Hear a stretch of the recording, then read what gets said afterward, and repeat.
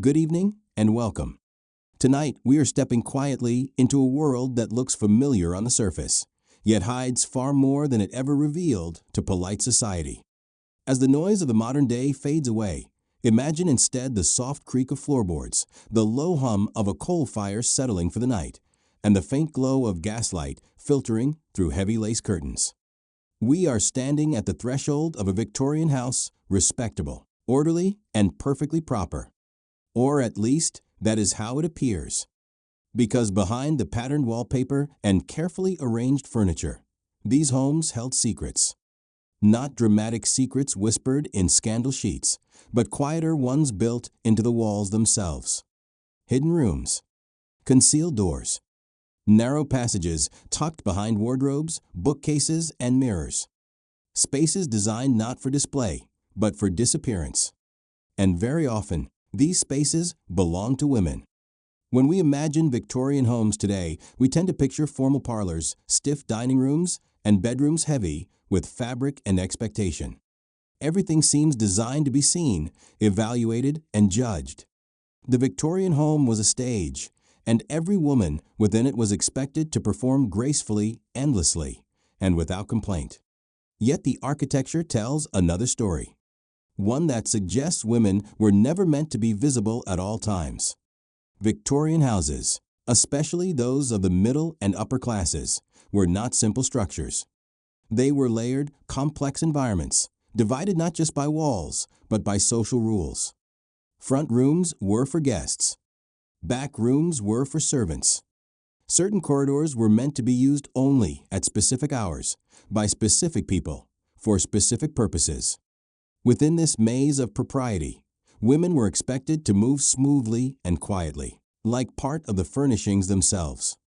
But even in a society so obsessed with order, there was an unspoken understanding. Constant visibility was exhausting. For women in particular, the home was both shelter and enclosure. It was the place where they were expected to embody virtue, patience, elegance, and emotional restraint every hour of the day. There were no true breaks from observation. Family members, visitors, servants, and social expectations were always present. And so, slowly and deliberately, homes began to include places where women could step out of sight. These were not always grand rooms. Some were barely more than closets. Others were narrow alcoves, tucked beneath staircases or hidden behind decorative panels. A door disguised as part of the wall. A bookcase that opened inward. A dressing closet large enough for a chair and a deep breath. Individually, they might seem insignificant. Together, they formed a quiet system of refuge. These spaces did not exist to break rules openly. They existed to survive them. To understand why these rooms mattered, we have to understand the rhythm of Victorian domestic life. A woman's day was structured around expectations: when to rise, when to dress, when to appear in public spaces, when to retreat, and when to be available again. Even rest was regulated. Privacy, in the modern sense, was rare. Being alone, without purpose, could easily be seen as idleness or moodiness, both of which were discouraged. And yet, the need to be alone never disappears just because society disapproves of it. Secret rooms offered something precious: control over one's own presence. The ability to be temporarily unreachable. To sit without posture. To breathe without corsets tightened for appearance rather than comfort. To exist without performing. In many Victorian homes, women's private spaces were intentionally understated. A hidden parlor might be furnished simply, with a small chair, a side table, and perhaps a lamp placed low to avoid attention. A concealed dressing room might hold nothing more than a mirror and storage for clothing, yet it allowed a woman to step away from the public face she was required to maintain. These rooms were not indulgences. They were necessities. Because Victorian femininity demanded consistency. A woman was expected to be calm, agreeable, and composed regardless of fatigue, frustration, or private thought. Emotional intensity was discouraged, curiosity was carefully managed, and ambition was meant to be subtle, if present at all. Under such conditions, even a few uninterrupted minutes could feel revolutionary. What makes these spaces so fascinating is that they were often designed in plain sight. Architects and builders knew how to hide doors seamlessly within decorative woodwork. Household members understood which panels to press, which shelves to shift, which routes to take when privacy was required. Everyone knew, yet no one spoke of it openly. This silence was part of the design. A hidden room did not announce itself. It did not challenge the structure of the household directly. It simply existed, quietly supporting the women who relied on it. In this way, the architecture mirrored the social behavior expected of women themselves: discreet, adaptable, and rarely acknowledged. And yet, these spaces held lives within them. Within these hidden rooms, women read, wrote, rested, thought, and waited. Some planned futures that would never quite materialize. Others simply enjoyed the rare comfort of not being seen. These rooms absorbed sighs, frustrations, small joys, and moments of stillness that would never be recorded in letters or ledgers. They were rooms where time slowed down. It is tempting to imagine these spaces as symbols of rebellion, but that would be too dramatic. Most Victorian women were not plotting escape or revolution in the literal sense. What they were doing was more subtle. They were preserving themselves, maintaining a sense of inner life in a world that valued appearances above all else. A secret room allowed a woman to reclaim something society constantly threatened to take away: her interior world. The Victorian home, for all its rules, unintentionally acknowledged this need. It built it into the structure. A quiet admission that no one, not even the most composed lady, could exist under constant scrutiny without consequence. As we move deeper into this story, we will explore the many forms these secret spaces took. From hidden reading rooms and sewing alcoves to rest cure chambers and sunlit retreats. Each room served a different purpose, but all shared one thing in common: they offered women a place to be human when the world demanded perfection. So tonight, as you settle in and allow the day to drift away, imagine yourself standing in the hallway of one of these houses. The lamps are low. The sounds are muffled. Somewhere nearby, a door blends perfectly into the wall. You know where it is. And when you open it, you are not stepping into secrecy. You are stepping into survival. Behind the ornate facades and carefully arranged parlors of Victorian houses existed a quieter, largely invisible world shaped by emotional necessity. While these homes were designed to project respectability, order, and moral discipline, they were also spaces of intense pressure, especially for women. The secret rooms, hidden behind bookcases, tucked into attics, or concealed within walls, were not architectural curiosities alone. They were responses to a life lived under constant observation, expectation, and restraint. Victorian society demanded that women perform a version of themselves at nearly all times. Every movement, expression, and word was expected to align with rigid ideals of femininity. Calmness was prized. Silence was virtuous. Emotional excess, frustration, or exhaustion were considered weaknesses or worse, moral failures. Within such a system, the idea of being truly alone was rare. Even within one's own home, privacy was limited, especially for women of the middle and upper classes whose lives revolved around managing households, hosting guests, and maintaining appearances. Secret rooms became a counterbalance to this pressure. They offered emotional shelter in a world where composure was mandatory. These spaces allowed women to momentarily step out of their roles as daughters, wives, or hostesses and exist simply as individuals. The refuge they provided was not always about physical comfort. Often it was about psychological survival. A locked door or concealed alcove meant the ability to cry without judgment, to rest without explanation, or to sit in silence without being perceived as idle or unproductive. The Victorian home was rarely quiet. Servants moved through hallways, family members passed through shared rooms, and social visits were frequent and often unannounced. For women, whose presence was expected in communal areas for much of the day, the absence of solitude could feel suffocating. Secret rooms interrupted this constant exposure. They created zones of invisibility, where a woman's absence did not require justification, and her presence did not demand performance.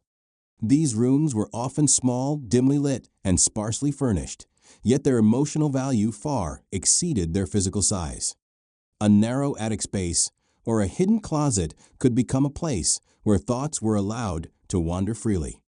In such moments, women could reflect on their own desires, fears, and ambitions, subjects rarely discussed openly. The privacy of these spaces made it possible to acknowledge feelings that society discouraged them from expressing. Importantly, these refuges also served as emotional pressure valves. Victorian ideals emphasized endurance. Women were expected to absorb stress quietly, whether it came from domestic labor, social obligations, or personal loss. Without outlets for release, emotional strain accumulated. Secret rooms allowed for decompression. A few minutes alone could prevent emotional overflow in public spaces, helping women maintain the composed exterior demanded of them. The psychological refuge offered by these rooms also extended to identity. Victorian womanhood was defined narrowly, leaving little room for individuality. Secret spaces became places where alternative selves could exist, even briefly. A woman might practice writing, rehearse private thoughts, or imagine futures beyond her immediate circumstances. These acts were not necessarily rebellious in a political sense, but they were deeply personal forms of resistance against emotional erasure. In many cases, these rooms were not officially acknowledged. Their secrecy mirrored the hidden nature of women's inner lives. Just as emotional struggles were rarely spoken aloud, the spaces that supported emotional well-being were kept out of sight. This invisibility was part of their power. Without drawing attention, they offered relief without disrupting the social order that made them necessary in the first place. The emotional refuge of secret rooms also highlights a broader truth about Victorian domestic life. Comfort was unevenly distributed. While homes were filled with decorative objects meant to signal warmth and stability, emotional comfort was not always accessible.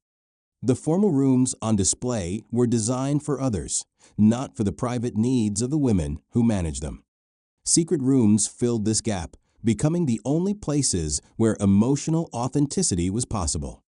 These spaces were particularly important during moments of transition or crisis. Illness, grief, and personal disappointment were often handled quietly, without public acknowledgement. A hidden room allowed a woman to retreat during such times without disrupting household routines. It offered a place to process experiences internally, away from the expectations of resilience and cheerfulness. Over time, these retreats shaped how women related to their homes. Rather than viewing the house solely as a site of duty, secret rooms introduced the idea of personal territory.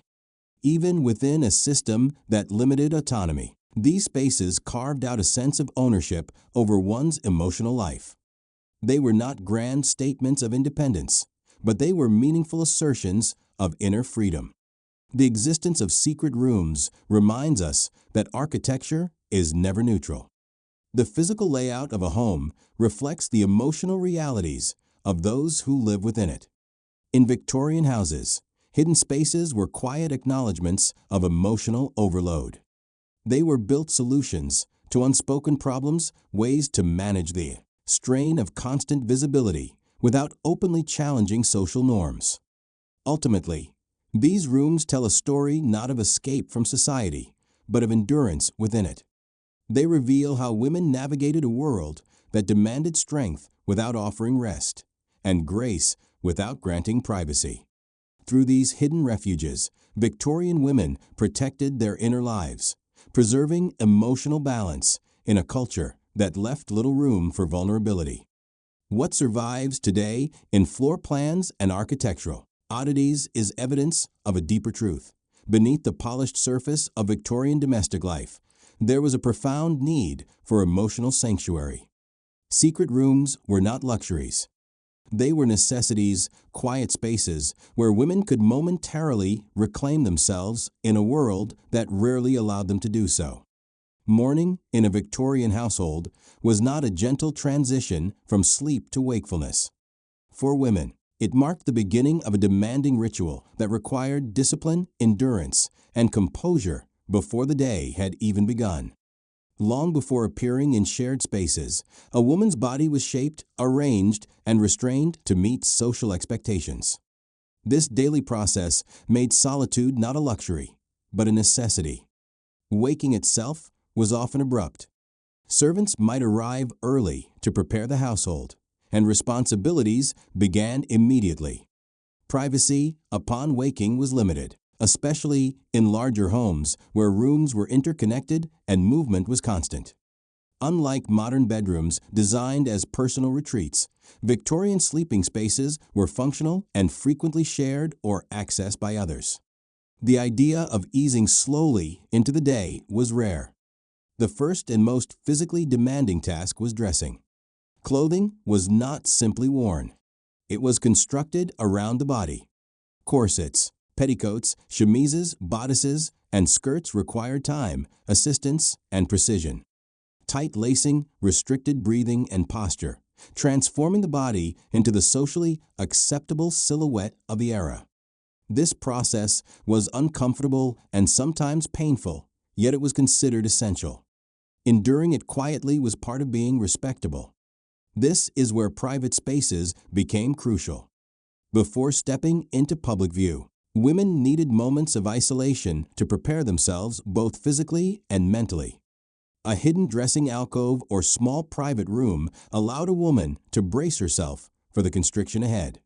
These spaces were often the only places where she could pause, stretch, or breathe freely before her body was confined for the rest of the day. The emotional weight of this routine should not be underestimated.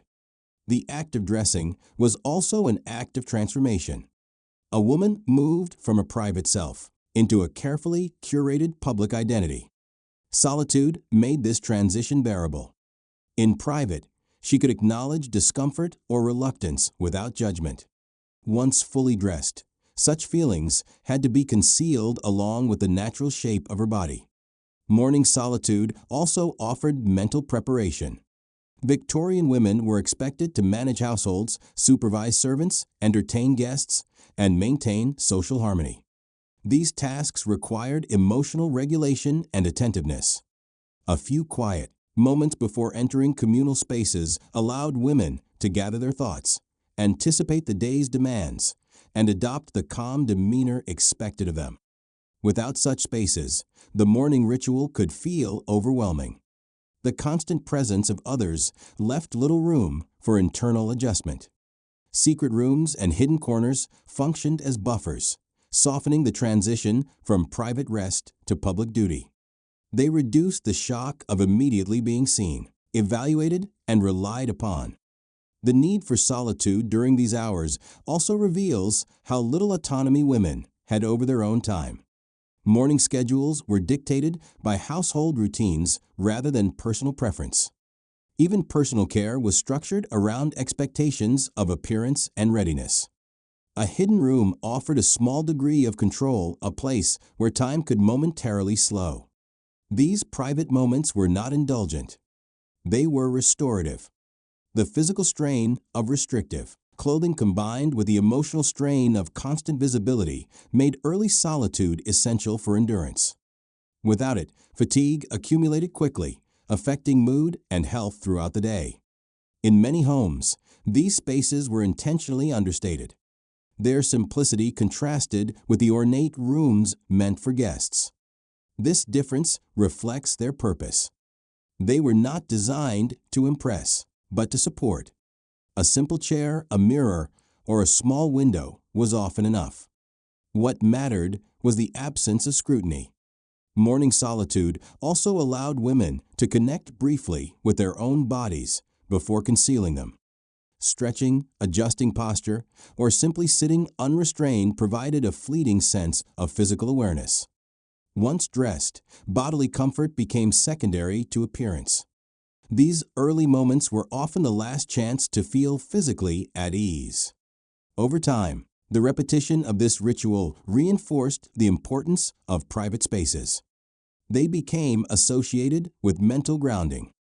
Even a few minutes spent alone could influence how a woman carried herself through the day. In this way, secret rooms contributed to the outward grace Victorian society admired, even as they remained invisible. The morning ritual highlights a broader reality of Victorian life. Discipline was demanded before consent. Women adapted not because the system was gentle, but because they found ways to endure it. Solitude was one of those ways. Hidden rooms provided the quiet strength needed to face a day shaped by rules and expectations.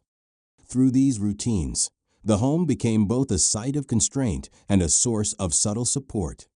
While the structure of daily life limited freedom, the architecture itself offered small remedies. Secret spaces softened the harshness of morning demands, allowing women to enter the world composed and prepared. In understanding these private rituals, we see that Victorian women were not passive participants in their own confinement. They actively managed the strain placed upon them. Solitude was a tool, and secret rooms were the setting where resilience was quietly built one morning at a time. Within the Victorian home, dressing rooms and closets were far more than functional spaces for clothing. They became deeply personal sanctuaries where women could momentarily withdraw from the gaze of family, servants, and society. In a world where appearance carried moral and social weight, these rooms offered a rare environment free from judgment, allowing women to exist without performance. Victorian fashion demanded precision. Clothing was layered, structured, and symbolic. Each garment communicated respectability, wealth, and self-control. Dressing was not a casual act, but a daily ceremony that reinforced social roles. Because of this, the space in which dressing occurred took on emotional significance. Behind closed doors, women could engage with their own bodies and identities in ways that were impossible elsewhere in the house. Closets and dressing rooms provided a pause between the private self and the public image. This pause was essential. Once fully dressed, a woman's appearance was expected to remain impeccable for hours, sometimes all day. There was little tolerance for visible fatigue or discomfort. In private, however, a woman could sit, adjust layers, or simply breathe before committing to the external version of herself she was about to present. These rooms also functioned as places of honesty. Mirrors reflected bodies without social interpretation. In public rooms, mirrors reinforced ideals, posture corrected, expression softened. In private spaces, reflection could be neutral or even critical, but it was personal. A woman could examine herself without needing to align immediately with expectation. This private confrontation with one's own image was both grounding and, at times, emotionally complex. The act of dressing was often accompanied by assistance, especially in wealthier households. Yet even then, moments of solitude were valued. Servants might step away briefly, or routines were arranged to allow privacy. These intervals mattered. They created a sense of control within a process otherwise governed by tradition and necessity. Even a short period alone restored a feeling of ownership over one's body. Closets also became repositories of memory.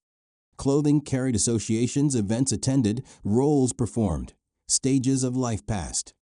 Within these spaces, women encountered the physical evidence of time. Dresses from earlier years, altered garments, or items no longer worn told silent stories. Engaging with these objects in private allowed women to reflect on personal history without commentary or interruption. In many homes, dressing rooms were intentionally separated from main living areas. Their placement reinforced their role as transitional zones. Passing through them marked a shift from private thought to public duty. This architectural separation mirrored the emotional shift women were expected to make daily. The space itself helped facilitate that transformation. These rooms also offered refuge during moments of emotional strain. A woman overwhelmed by social obligations or household demands could retreat to her dressing room under the practical justification of changing clothes. This socially acceptable reason for withdrawal made the space especially valuable. It allowed emotional reprieve without explanation, preserving dignity while providing relief. Within these walls, women could engage in small acts of self-care that were otherwise discouraged.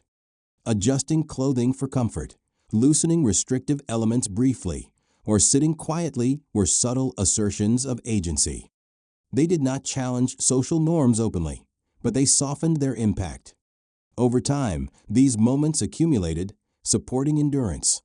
Dressing rooms and closets were also places where emotional contradiction surfaced. Pride in appearance existed alongside discomfort. Satisfaction with social success coexisted with fatigue. These private spaces held such contradictions without forcing resolution. They allowed women to acknowledge complexity internally while maintaining simplicity outwardly. The intimacy of these rooms fostered routines that centered the self, however briefly. Folding garments, arranging accessories, or preparing for the next day created a sense of order that belonged solely to the individual. In a life shaped by service to others, these rituals were quietly grounding. Importantly, these sanctuaries were not necessarily lavish. Their value did not depend on size or decoration. What mattered was separation. A narrow closet or modest dressing area could offer the same psychological relief as a larger room. The power lay in being unseen. Over time, these spaces shaped how women understood privacy. They demonstrated that solitude could exist within communal life, even if it had to be carefully claimed. Dressing rooms taught women how to carve out mental space within physical boundaries, a skill essential for navigating Victorian society. The existence of these sanctuaries also reveals the emotional cost of constant presentation. If appearance had been effortless, such spaces would not have been necessary. Their presence points to the labor involved in meeting expectations and the quiet systems that supported that labor. Dressing rooms and closets were not sites of rebellion, but they were sites of preservation. They preserved energy, emotional balance, and a sense of self that might otherwise have been eroded by daily demands. They allowed women to continue participating in social life without losing their inner grounding. Through these private sanctuaries, Victorian women maintained a delicate balance. They met the standards placed upon them while quietly tending to their own well-being. The rooms may have been hidden, but their impact was lasting. Within them, women reclaimed moments of authenticity in a world that required constant refinement. In examining these spaces, it becomes clear that the architecture of the Victorian home supported more than social display. It also accommodated emotional survival. Dressing rooms and closets were essential nodes in this hidden network of care spaces where women prepared not just their appearance, but their resilience. Meals in Victorian households were highly structured events governed by etiquette, symbolism, and social hierarchy. For women, eating was not simply about nourishment. It was a performance shaped by expectations of delicacy, restraint, and self-control. These expectations turned something as basic as hunger into a matter of discipline, making private spaces essential for comfort and balance. Public dining rooms were stages. The arrangement of seating, the order of courses, and even the pace of eating were closely observed. Women were expected to eat modestly, choose small portions, and avoid visible enjoyment. Appetite, when displayed openly, was associated with a lack of refinement. The ideal woman appeared as though she required little sustenance, as if her energy came from composure rather than food. This created a contradiction. Daily responsibilities demanded strength and focus, Yet the social script discouraged women from eating in ways that supported those needs. Many women learned to manage this tension by separating public behavior from private reality. Secret rooms, closets, and hidden sitting areas became places where eating could occur without scrutiny. Private eating spaces offered relief from constant observation. Within them, women could respond to their bodies honestly. Hunger did not need to be disguised. Fatigue could be addressed with nourishment rather than suppressed with polite conversation. These moments were practical, but they were also emotionally stabilizing. Meals taken in private were often small and informal. A piece of bread, fruit, or tea could restore energy without drawing attention. The simplicity of these moments contrasted sharply with formal meals, which were elaborate but emotionally constrained. In private, food returned to its basic purpose, sustenance rather than symbolism. These spaces also allowed women to control timing. Public meals followed strict schedules that did not always align with personal needs. Private rooms offered flexibility. Eating could happen earlier, later, or in response to physical cues rather than social signals. This autonomy, though limited, was meaningful. The act of eating alone also provided mental rest. Formal meals required conversation, attentiveness, and emotional regulation. Private eating removed these demands. Silence became acceptable. Thought could wander. The body could recover without social engagement. In some households, women used these spaces to recover after public meals. Having eaten sparingly in front of others, they could privately supplement what was missing. This pattern was not an act of deceit, but of adaptation. It allowed women to meet expectations without compromising health entirely. Private eating spaces also intersected with emotional states.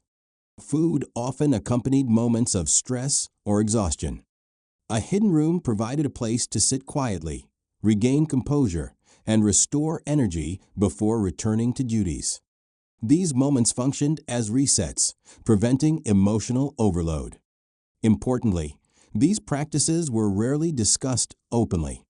Acknowledging hunger or fatigue would have disrupted the ideal of effortless femininity. Secret spaces preserved that ideal by absorbing its costs. They allowed women to meet external standards while addressing internal needs discreetly.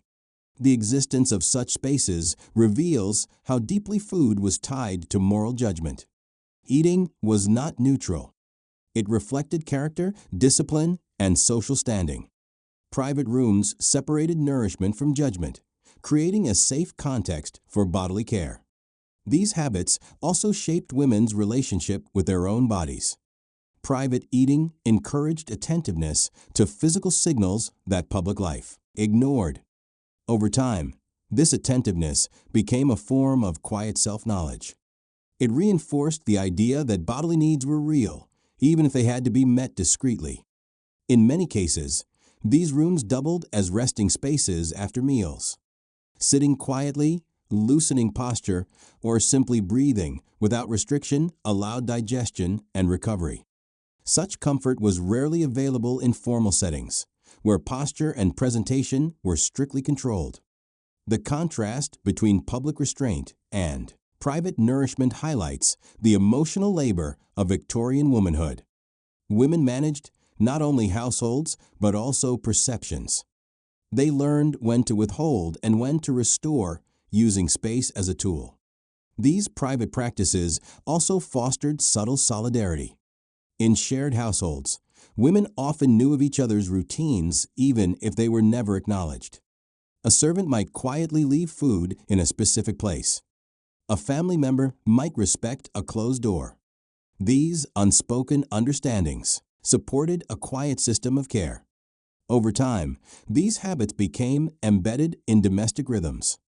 The home adapted to women's needs without announcing them.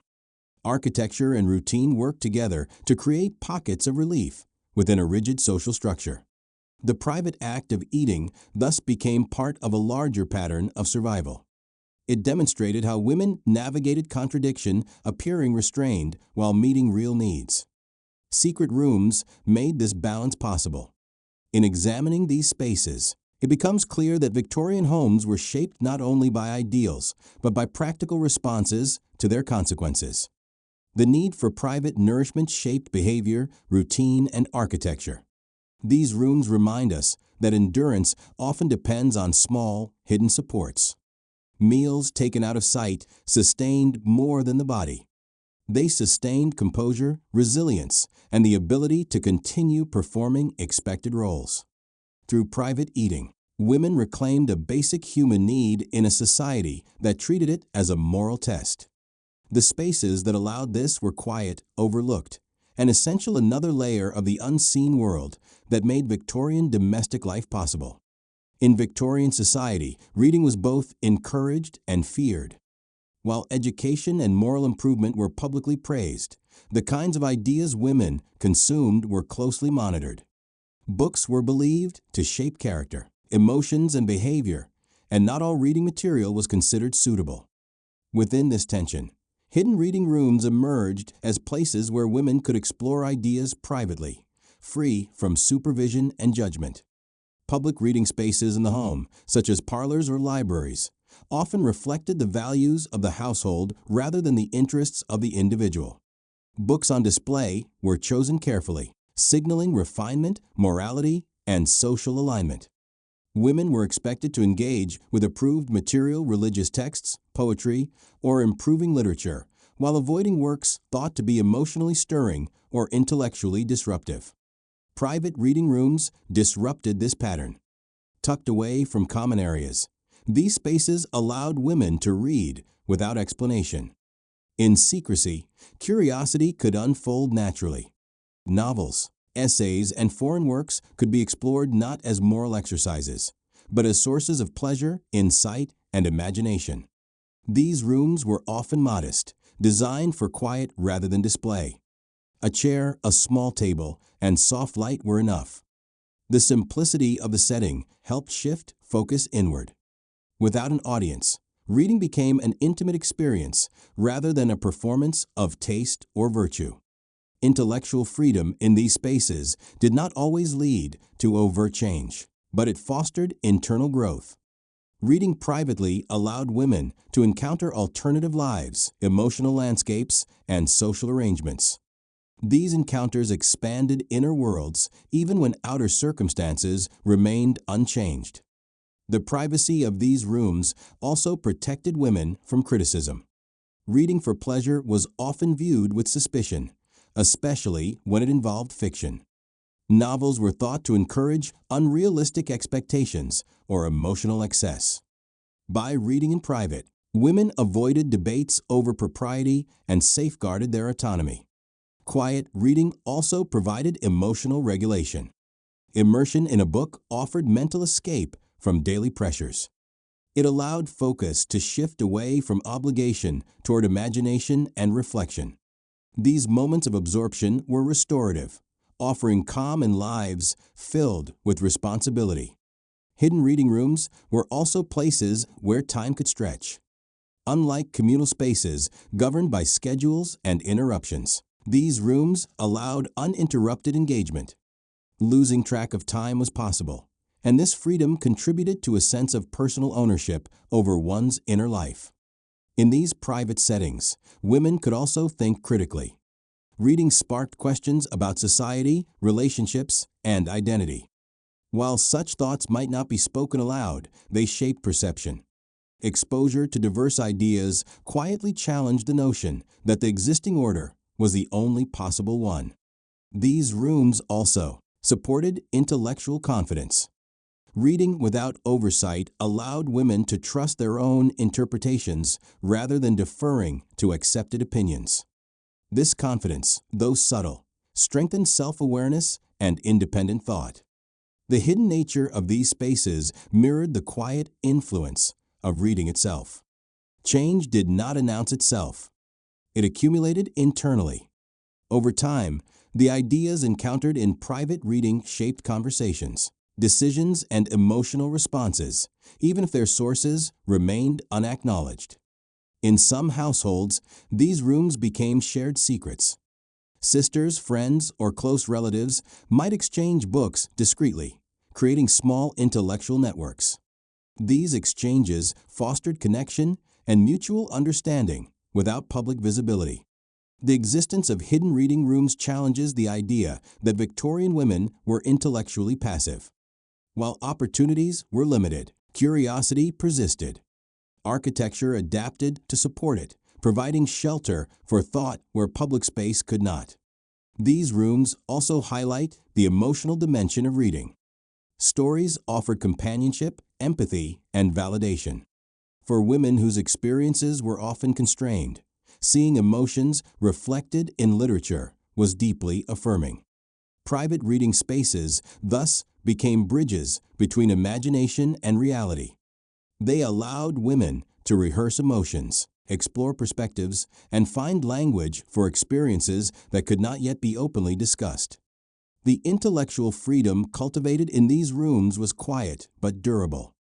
It shaped inner resilience and informed subtle choices.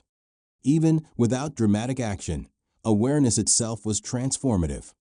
By protecting the act of reading, these hidden rooms protected the inner life. They recognize that thought requires space, and that privacy is essential for intellectual growth. In understanding these rooms, we see that the Victorian home was not only a place of social control, but also a site of quiet resistance. Through reading, women expanded their mental boundaries. Through space, they preserved the freedom to do so. These reading rooms stand as evidence that ideas often grow in silence. Within the walls of hidden spaces, women nurtured curiosity, imagination, and understanding qualities that endured long after the doors were closed. In Victorian society, open authority was rarely available to women. Decisions about property, politics, and public life were dominated by men, leaving women to operate within narrower boundaries. Yet influence did not disappear simply because it was unofficial. Instead, it adapted. Gossip parlors and semi-hidden sitting rooms became places where information circulated quietly, shaping outcomes without ever appearing on the surface. Conversation was one of the few socially acceptable tools available to women, but even that tool was regulated. Public speech was expected to be polite, restrained, and agreeable. Strong opinions, criticism, or strategic discussion were discouraged. Gossip, however, occupied a strange middle ground. Officially dismissed as trivial, it was tolerated precisely because it was underestimated. Private parlors transformed gossip into something far more purposeful. Away from mixed company and public scrutiny, women could speak freely.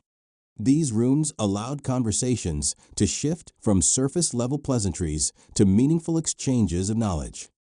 Information about finances, marriages, health, and reputation flowed through these spaces, forming an informal intelligence system. Such conversations were not random. They were selective and careful. Trust determined who was invited into these rooms. Within them, women learned to read between the lines, interpret tone, and evaluate credibility. Gossip became a skill, one that required emotional intelligence and social awareness. These networks provided protection. A whispered warning could prevent a damaging association. Shared knowledge could help someone navigate a difficult household or avoid social harm. In a society where formal support systems were limited, these exchanges mattered. The physical privacy of gossip parlors was essential. Without it, honesty would have been impossible. Public rooms demanded politeness. Private rooms allowed candor. Walls absorbed words that could not safely travel beyond them. These spaces also fostered solidarity. Women facing similar constraints found understanding in one another's experiences. Sharing stories reduced isolation. It reminded participants that personal struggles were often structural, not individual failures. Gossip parlors also shaped reputations. While this power could be harmful, it could also be protective. Positive narratives spread quietly, just as negative ones did. Women learned how perception worked and how it could be guided subtly. Importantly, these conversations often influenced decisions made elsewhere. A marriage reconsidered, a visit postponed. A servant quietly replaced many outcomes traced back to information exchanged in private rooms. The impact was real, even if the source remained invisible. The underestimated nature of gossip was part of its strength. Because it was dismissed as harmless talk, it escaped regulation. This allowed women to maintain a sphere of influence that operated beneath official notice. These rooms were not sites of rebellion in a dramatic sense, but they were spaces of agency. They allowed women to participate actively in shaping their social environments. Through these informal networks, women practiced strategy, empathy, and judgment. They learned how power moved quietly, through relationships rather than declarations. The existence of gossip parlors challenges the idea that silence equaled passivity. Instead, it reveals a form of communication adapted to constraints soft, spoken, indirect, but effective. These rooms remind us that influence does not always announce itself. Sometimes it whispers, travels through trust, and reshapes outcomes from behind closed doors. Within these hidden spaces, women exercised a form of collective awareness that sustained them. Gossip was not merely talk. It was connection, protection, and survival carefully practiced in rooms designed to keep it unseen. As the 19th century progressed, emotional strain among women was increasingly medicalized. Feelings of exhaustion, sadness, or frustration were often labeled as conditions requiring treatment rather than understood as responses to restrictive lives. Within this framework, special rooms in Victorian homes became spaces for enforced rest, reflecting how private architecture was used to regulate women's inner worlds. The concept of rest was presented as care. Doctors prescribed isolation, silence, and inactivity as solutions to emotional distress. These prescriptions aligned closely with existing expectations that women remain calm, passive, and compliant.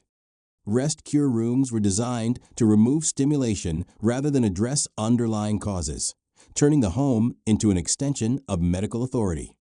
These rooms were often simple and controlled. Light was softened, noise minimized, and personal items limited. The goal was not comfort, but containment. Women were encouraged to withdraw from activity, creativity, and conversation. In doing so, their emotional expression was reduced, reinforcing the idea that stillness equaled health. For some, these rooms provided genuine physical relief from exhaustion. Yet even in such cases, the relief came with a cost. The enforced nature of rest stripped women of choice. Solitude became obligation rather than refuge, and silence replaced self-expression. The difference between voluntary retreat and imposed isolation was profound. In earlier private spaces, women chose when to withdraw. In rest cure rooms, withdrawal was mandated. This shift reveals how architecture could be used not only for protection, but also for control. These rooms blurred the boundary between care and confinement. While presented as therapeutic, they often reinforced the belief that women's emotions were problems to be managed. Feelings became symptoms. Thoughts became risks. The home, once a place of personal refuge, became a site of oversight. Despite this, women did not experience these spaces uniformly. Some adapted by reclaiming small freedoms, within them quiet reflection, internal storytelling, or mental rehearsal of future plans. Even when movement was restricted, the inner life could remain active. The existence of these rooms reflects a cultural discomfort with female complexity. Rather than adjusting social conditions, Victorian medicine sought to quiet emotional responses. Architecture supported this goal by creating environments that limited stimulation and interaction. These rooms also isolated women from supportive networks. Separation from family and friends removed alternative perspectives, reinforcing dependence on authority. This isolation often deepened emotional strain rather than resolving it. Yet the very need for such rooms reveals how intense the pressures of daily life were. Emotional exhaustion was widespread enough to demand architectural solutions.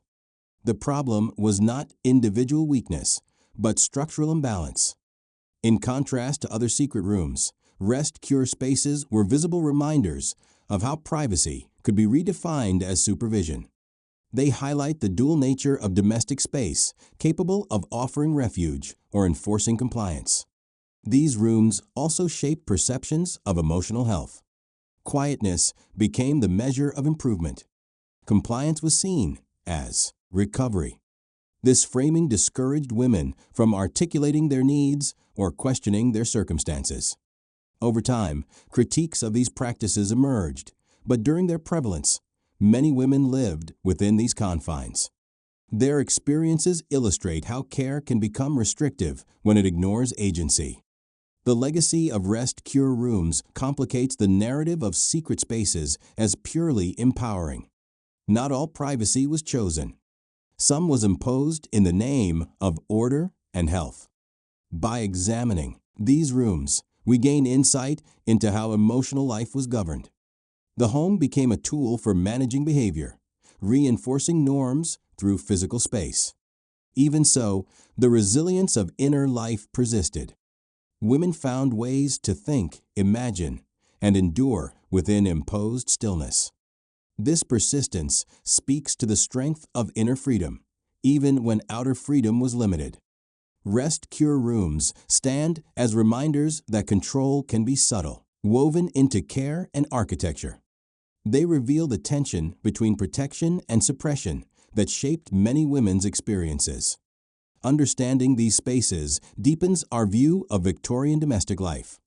They were not merely rooms, but reflections of a culture grappling with emotion, authority, and the desire to maintain order at any cost.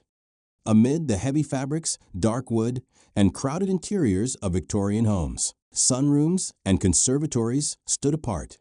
Filled with light and air, these spaces offered a rare sense of openness in an otherwise enclosed domestic world. For women, they became gentle retreats, places where rest felt permitted rather than hidden, and where emotional relief came not through secrecy, but through atmosphere. Victorian interiors were designed to signal warmth and prosperity, yet they often felt visually and physically dense. Thick curtains filtered light, furniture filled every corner, and decoration was abundant. These environments reinforced formality and vigilance. Sunrooms, by contrast, softened those demands.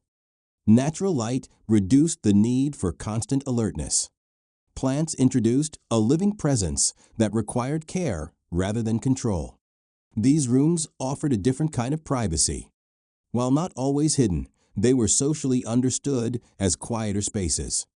Time spent there did not require justification. Sitting near a window, tending plants, or simply observing light was seen as calm and appropriate. This made sunrooms valuable because they allowed rest without suspicion. Light itself played a powerful role. Exposure to sunlight had emotional effects, even if not formally understood at the time. It lifted mood, eased fatigue, and created a sense of openness. For women accustomed to dim interiors and layered clothing, these rooms offered subtle physical relief. Conservatories also encouraged slower rhythms. Plant care followed natural cycles rather than social schedules. This shifted attention away from performance and toward observation. Watching growth, decay, and renewal provided perspective and calm, grounding emotional experience in something steady and external. These spaces also allowed women to be alone without being isolated. Windows connected the interior to the outside world. One could observe gardens, streets, or skies without participating. This passive connection eased feelings of confinement while preserving safety. Unlike other private rooms, sunrooms did not rely on concealment. Their acceptance made them emotionally accessible. Women could retreat there openly, making rest a visible, normalized activity rather than a secret necessity. The simplicity of these rooms mattered. Fewer objects reduced sensory overload. The absence of heavy decoration allowed mental space to open. In such environments, thought slowed naturally. Sunrooms also supported quiet reflection. Without social demands, women could sit with their thoughts without interruption. These moments helped regulate emotion, preventing the buildup of stress. These spaces blurred boundaries between duty and rest. Plant care was productive but gentle. Sitting quietly was acceptable.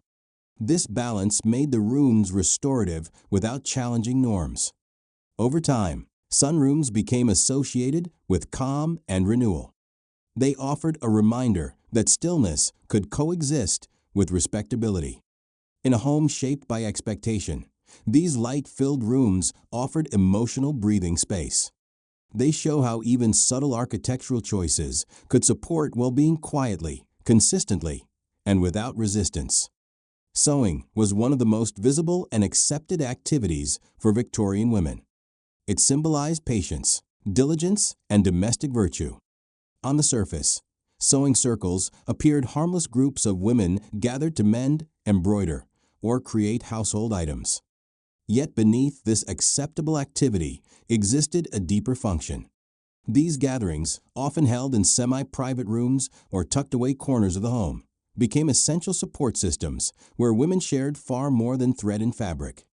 Sewing circles provided a socially sanctioned reason for women to gather without male supervision. Because the activity was considered productive and appropriate, it drew little scrutiny. This made such spaces uniquely powerful. Within them, conversation could flow naturally, protected by the assumption that nothing of consequence was taking place. The rhythm of sewing encouraged openness. Repetitive motion calmed the body and freed the mind. Hands stayed busy, eyes focused downward, reducing the pressure of direct observation. In this setting, words felt lighter. Thoughts that might have seemed too heavy or risky in formal conversation found room to emerge. These circles created emotional safety.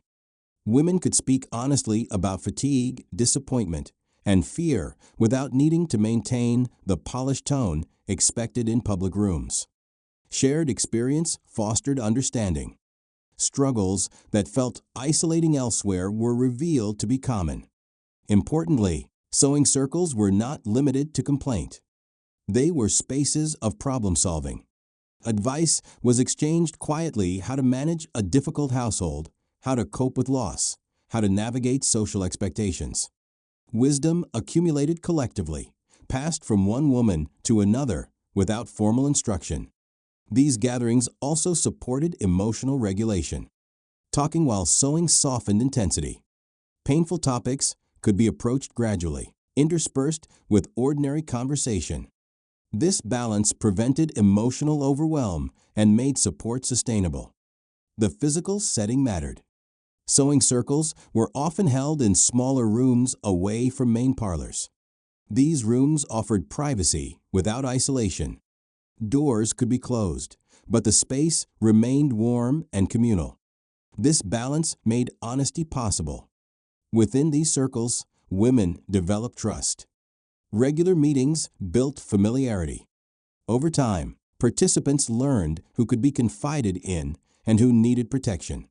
This trust formed the foundation of informal networks that extended beyond the room. Sewing circles also allowed women to witness each other's lives across time. Pregnancy, illness, aging, and loss unfolded gradually. Being seen through these changes fostered continuity and belonging.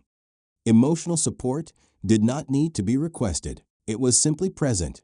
These spaces were also places where emotion could be redirected into creation. Sewing transformed feeling into tangible output. Grief, anxiety, or hope could be stitched into fabric. This process offered quiet release and a sense of purpose. The collective nature of sewing circles countered the isolation of domestic life. Many women spent long hours alone managing households. Regular gatherings broke this solitude, providing rhythm and anticipation. They reminded participants that they were part of something larger than their individual responsibilities. Although these circles rarely challenged social norms openly, they subtly reshaped women's inner lives. Shared stories expanded perspective. Hearing others articulate similar doubts or dreams validated personal experience. This validation strengthened emotional resilience. Sewing circles also functioned as spaces of cultural transmission. Skills, traditions, and values were passed down informally. Younger women learned not only how to sew, but how to endure, adapt, and find meaning within constraint. The invisibility of these support systems was part of their strength. Because they appeared ordinary, they were allowed to exist. Their impact remained unrecorded, but it was deeply felt. These gatherings also highlight how care was woven into daily life. Support did not come from institutions or formal structures. It came from repeated presence, shared time, and quiet attention. In this way, sewing circles became emotional infrastructure. They sustained women through ordinary days and extraordinary challenges alike. They remind us that survival often depends on community, even when that community must remain understated. In rooms filled with fabric and quiet conversation, Victorian women built networks of care that helped them endure lives shaped by expectation and restraint. Though history may overlook these spaces, their influence persisted. Through sewing circles, women nurtured one another, preserved emotional balance, and quietly strengthened the foundations of their shared world. Beyond rooms designed for rest or conversation, many Victorian houses contained narrow passages, concealed staircases, and small corridors that connected spaces discreetly. While often associated with servants' routes or architectural efficiency, these hidden pathways also supported a quiet domestic network that women relied on to manage daily life with subtle flexibility. Movement within Victorian homes was carefully structured. Public areas followed clear social rules, while private areas were meant to remain unseen. For women, navigating these boundaries required awareness and timing. Hidden passages made it possible to move without being noticed, reducing the emotional strain of constant visibility. These routes allowed women to avoid unwanted encounters. Passing through a concealed hallway meant not having to engage in conversation or explain one's destination. This control over movement preserved emotional energy and personal boundaries in homes where interaction was otherwise unavoidable. Hidden passages also enabled discreet coordination.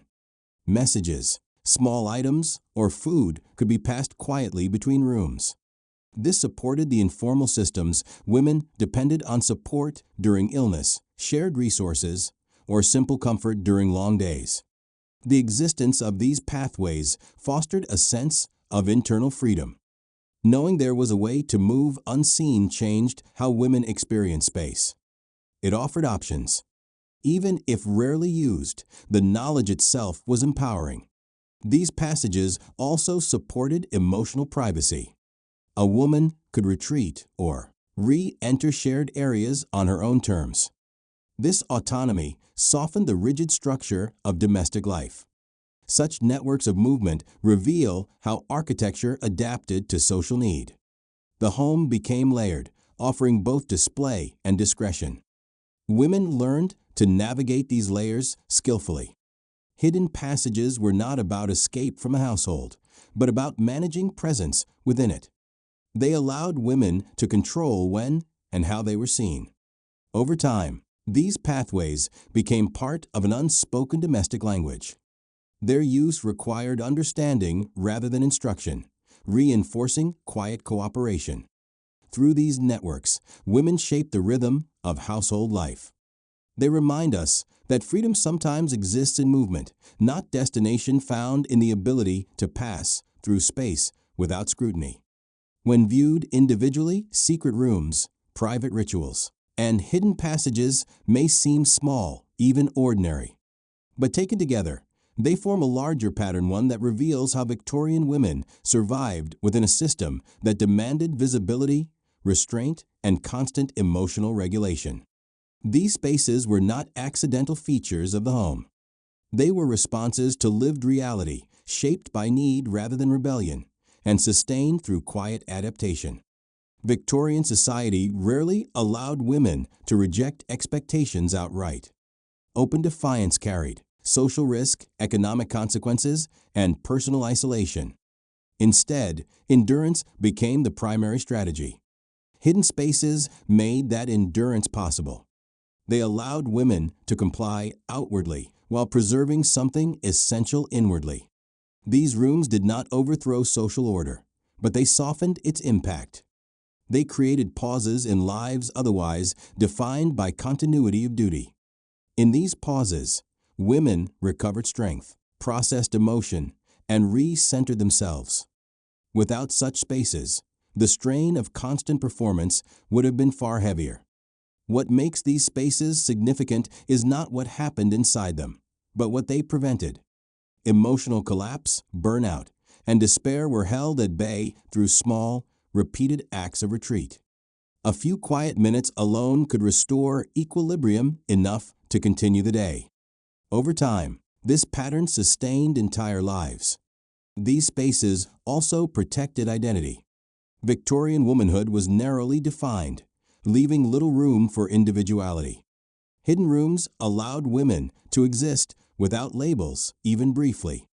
In solitude, a woman did not need to be gracious, productive, or composed. She could simply be present with herself. This preservation of inner life was a form of resistance, even if it was never named as such. It resisted erasure. It resisted the idea that a woman's value existed only in relation to others. By claiming private space, women asserted that their inner experiences mattered. Architecture played a crucial role in this process. The physical structure of the home absorbed social tension. Walls, doors, and corridors became tools for emotional management. The house itself participated in the negotiation between expectation and need. Importantly, these spaces were often informal. They were not always planned or discussed. A corner became a refuge through use. A passage gained meaning through repetition. This organic development reflects how survival strategies emerge naturally when systems fail to provide care. These hidden spaces also fostered continuity across generations. Practices were observed, learned, and passed down quietly. Younger women absorbed not only rules, but coping mechanisms. They learned where to retreat, when to be silent, and how to protect themselves emotionally. The invisibility of these strategies ensured their survival. Because they did not challenge authority openly, they were allowed to exist. Their subtlety was their strength. They functioned beneath notice, sustaining women without threatening the structure that constrained them. This quiet resilience complicates simplistic narratives about the past. Victorian women were neither entirely powerless nor fully free. They operated within limits, using creativity and awareness to carve out livable spaces. Hidden rooms were evidence of this negotiation. These spaces also remind us that resistance does not always look dramatic. Sometimes it looks like rest. Sometimes it looks like silence. Sometimes it looks like a door closed gently, without explanation. The emotional labor of maintaining composure was immense. Hidden spaces absorbed that labor. They allowed women to release tension privately so that public calm could be maintained. This does not diminish their significance. It underscores it. In many ways, these rooms were the emotional infrastructure of Victorian life. They supported stability by addressing needs that society refused to acknowledge. Without them, the ideal of domestic harmony would have been unsustainable. Today, these spaces invite reflection. They ask us to consider whose needs are built into our environments and whose are hidden. They remind us that comfort, privacy, and rest are not luxuries, but requirements for well-being. Looking back, we can see that Victorian homes were not just symbols of order and respectability. They were also maps of adaptation. Every concealed room tells a story of someone finding a way to endure. These spaces did not erase inequality, but they made life within it bearable. They allowed women to preserve dignity, identity, and emotional balance in circumstances that offered little margin for error. In the end, the story of secret rooms is not about secrecy itself. It is about care for the inner life when public life left no room for it. It is about how women protected themselves when protection was not formally offered. Through these hidden spaces, Victorian women claimed moments of autonomy without asking permission. They created room to breathe in a world that often held its breath. And in doing so, they left behind more than architectural curiosities. They left behind evidence of quiet strength built not through confrontation, but through persistence, awareness, and the simple, powerful act of making space to survive. As we step back and look at the full picture, these hidden rooms were never just architectural quirks or clever design choices. They were silent answers to unspoken needs. Within walls built to display order and respectability, Victorian women carved out spaces that allowed them to remain whole. These rooms absorbed fatigue, held emotion, and protected inner lives that society rarely acknowledged. What endures is not the secrecy, but the intention behind it. Each quiet retreat, narrow passage, or private corner tells a story of adaptation. Faced with constant expectations and limited autonomy, women found ways to endure without drawing attention. They preserved their sense of self not through open defiance, but through careful balance, knowing when to appear, when to withdraw, and where to breathe. These spaces remind us that history is shaped not only by public actions, but by private strategies of survival. Strength does not always announce itself. Sometimes it lives in stillness, in routine, and in the quiet choice to protect one's inner world. The legacy of these hidden rooms is not mystery, but resilience. Thank you for spending this time exploring the unseen side of Victorian homes and the lives shaped within them. If you found meaning in these quiet stories, feel free to stay curious, reflect deeply, and join us again for the next journey into history's overlooked spaces.